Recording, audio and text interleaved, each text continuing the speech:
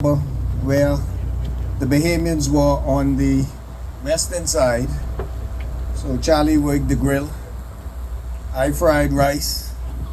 Shrouder pick up what we call pickup then for the Chinese to cook. And that was the life. Jack Stubbs would have been sous chef at the time.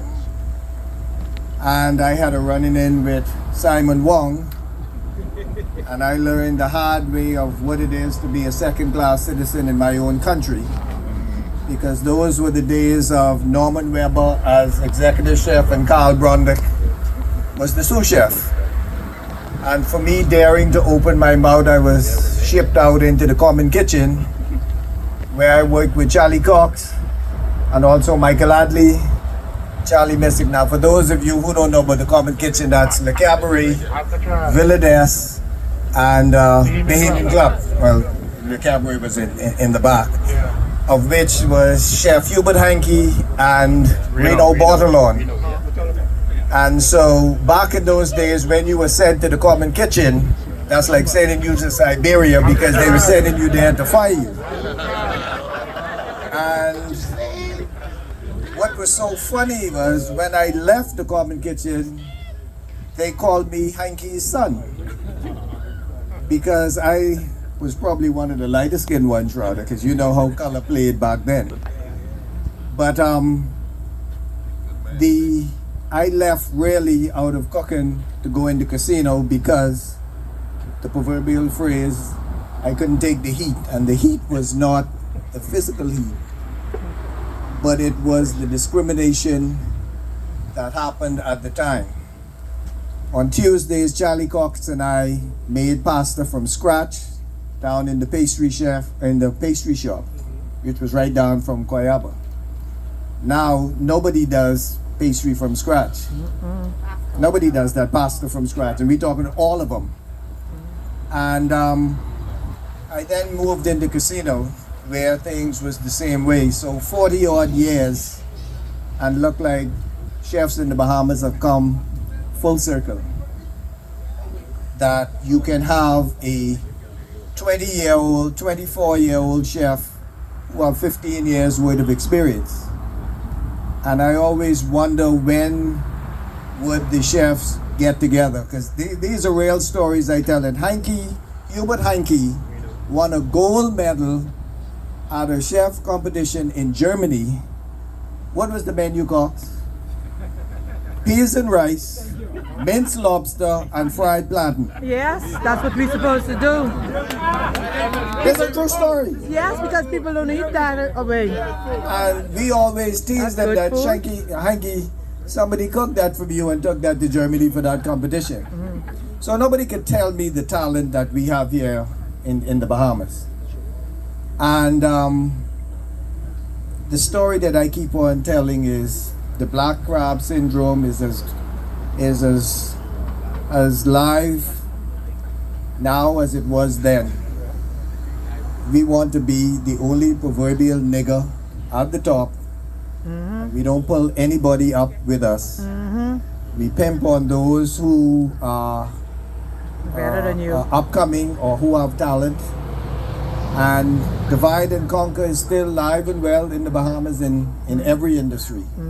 And so what we have is people who have talent, 30, 40 years in cooking, and can't have a job. Right. While others just coming in, and Michael know the story. Yeah. They have Executive chef, sous chef, chef de partie is too low for them now. Yeah, too low. Oh, that is if you very, very lucky. And the reality is business is no different from politics. There's power in numbers, and you have to pull together. What you have is somebody, a resource, that sit around the table. At the very least, I could get you to the table to tell your story, but I can't tell your story for you because I've been removed.